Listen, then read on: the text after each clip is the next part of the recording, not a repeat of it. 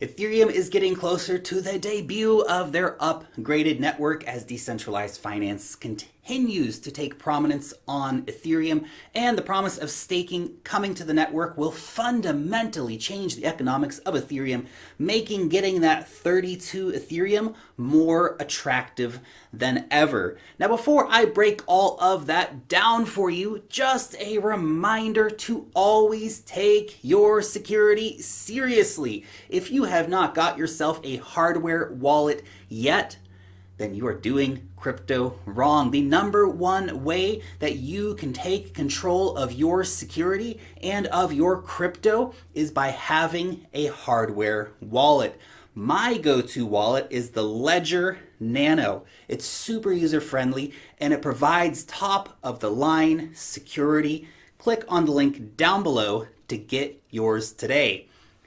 So, Ethereum has set a firm date for the mainnet activation of the Istanbul upgrade. December 4th is the target. However, the team has said that in case of any unexpected issues with the upgrade between now and then, that the team has agreed that the Istanbul mainnet activation would be delayed by about a month to January 8th. So, don't hold your breath on the December launch, because to be honest, a lot can happen between now and then. And as a reminder, of course, this is just the first step for the Ethereum upgrade, with only the proof of stake mechanisms being implemented. Exciting features like sharding or the WebAssembly or other features that are coming out, that's all going to come out over the next year or two. Vitalik has stated that as the current Ethereum 2.0 design stands, it will likely be years before the old Ethereum proof of work chain is fully merged into the new proof of stake network. And that we may even see Ethereum 2.0 functioning as its own separate blockchain from the original Ethereum blockchain for years before the two end up being fully merged. In the early stages, the beacon chain will be the heartbeat of the new proof of stake network. Ethereum is shaping up to be a massive piece of the global internet infrastructure in a way, I think, in which really few cryptocurrencies at this stage rival. And we're just in the beginning stages of the entire crypto economy, and early stages still for Ethereum. Since Ethereum is such a highly extensible blockchain, it really gives developers the opportunity to create tokens and applications and financial applications and collectibles and all that other jazz. And that use case potential and the market potential for disruption, it's huge. Fiat stablecoins, as an example, are only growing in prominence on the Ethereum network. We're seeing more and more currencies beyond just the USD being brought into the fold, things like the yen and the Hong Kong dollar and the Australian dollar and the euro and the British pound, all of that stuff.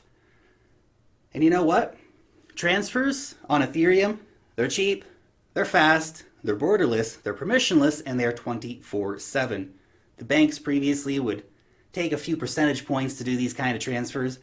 Now all you need to do is to pay a network fee of just a few cents to the Ethereum miners. Whether you're sending $10 or you're sending like $5 million, the fee's the same.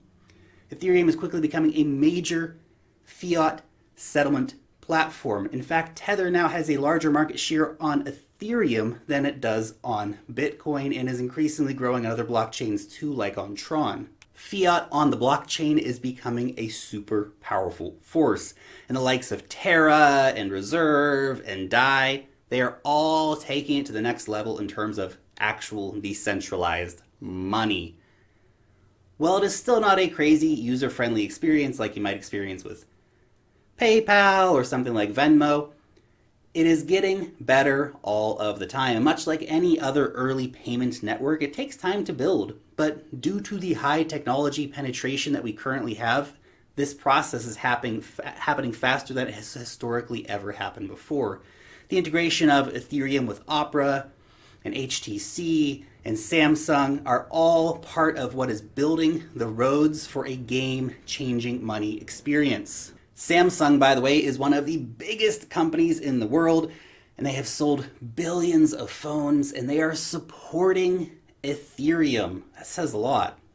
Once this starts picking up steam, there will be no way that PayPal and the credit cards and the banks and all these guys, that they're going to be able to compete and keep up with this. The chargebacks on cards, bad for merchants. The 90-day settlement times, bad for merchants. The insane fees from the credit card companies. It's slow, it's outdated, it's all inferior to crypto payments. Then, of course, there is the mind-boggling opportunity for Ethereum to disrupt really the wider markets with equities and real estate and derivatives and all that crazy stuff being built on top of Ethereum. Imagine 24/7 equities markets with no rent-seeking middleman. And the real estate market is so ready for disruption as well. Just imagine when we have a global blockchain-based real estate ledger, and then you can easily get a loan versus your house, your tokenized house probably, in the form of some kind of decentralized lending service. It's going to be quick, it's going to be easy, the fees are going to be so competitive. It's crazy. Remember that article from last week about the coming extinction of up to half the world's banks? Well, this really hits home why that is going to happen. They're simply not going to be able to compete with the future of technology. We're talking about unlocking trillions of dollars of capital here. Projects like Maker and Compound Finance and Synthetics, they're all early iterations of a highly disruptive industry. And even though we are still super early into the Ethereum decentralized finance movement, there is already around 2.4 million Ethereum, which is a little more than 2% of the total supply, locked up into these platforms in the early days. Just imagine when all of this goes mainstream, how much Ethereum is going to be locked into these decentralized finance platforms and new platforms which are still being built or which haven't even been thought of yet. It's going to be freaking massive. And that brings us to Ethereum staking and the impact that Ethereum staking will have long-term on the economics of Ethereum. You will, of course, need 32 Ethereum, which is just around $6,000 at today's prices, to be eligible to stake on the network. And there is a lot of incentive to be an early validator, because validators with 32 Ethereum can expect to earn between 4.6 and 10.3% in annualized returns at the launch of the Ethereum 2.0 network. Damn, those are some sick staking gains. In fact, this is going to be so substantial due to the size and the market depth of Ethereum that it will basically double the crypto staking economy when it goes live.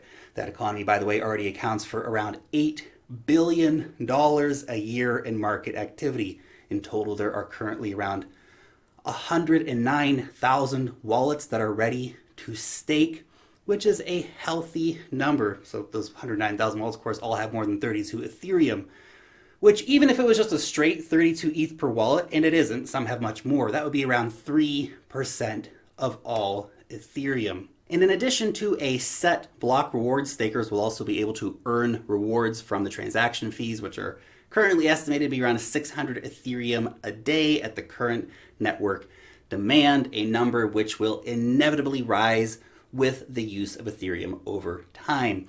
The economics of staking for Ethereum is going to be such a big impact on the network. It will introduce increased scarcity to the market as more and more people try to stack up that 32 ETH to be able to get the staking rewards and that sweet, sweet annual percentage. And this, of course, is for one of the most important blockchains out there. This is all happening at the same time that Ethereum is being locked up into all these decentralized finance applications at an ever-increasing rate. All of this brings me to the conclusion that there is a lot of exciting things in store for Ethereum when you look into the future and what is being built and what is coming and the economics behind it, and that currently the price of Ethereum is way down compared to the fundamentals of Ethereum. How about you? Are you bullish long-term on Ethereum? Are you trying to get your 32 Ethereum stake? Hit me up down below and let me know what you think. Thank you so much for watching this video. You guys freaking rock, so thank you so much. And of course, if you did enjoy it, hit the thumbs up button. Subscribe to the channel if you're new around here. Make sure to click that bell so you know when I put out a new video. Long live the blockchain, and peace out till next time.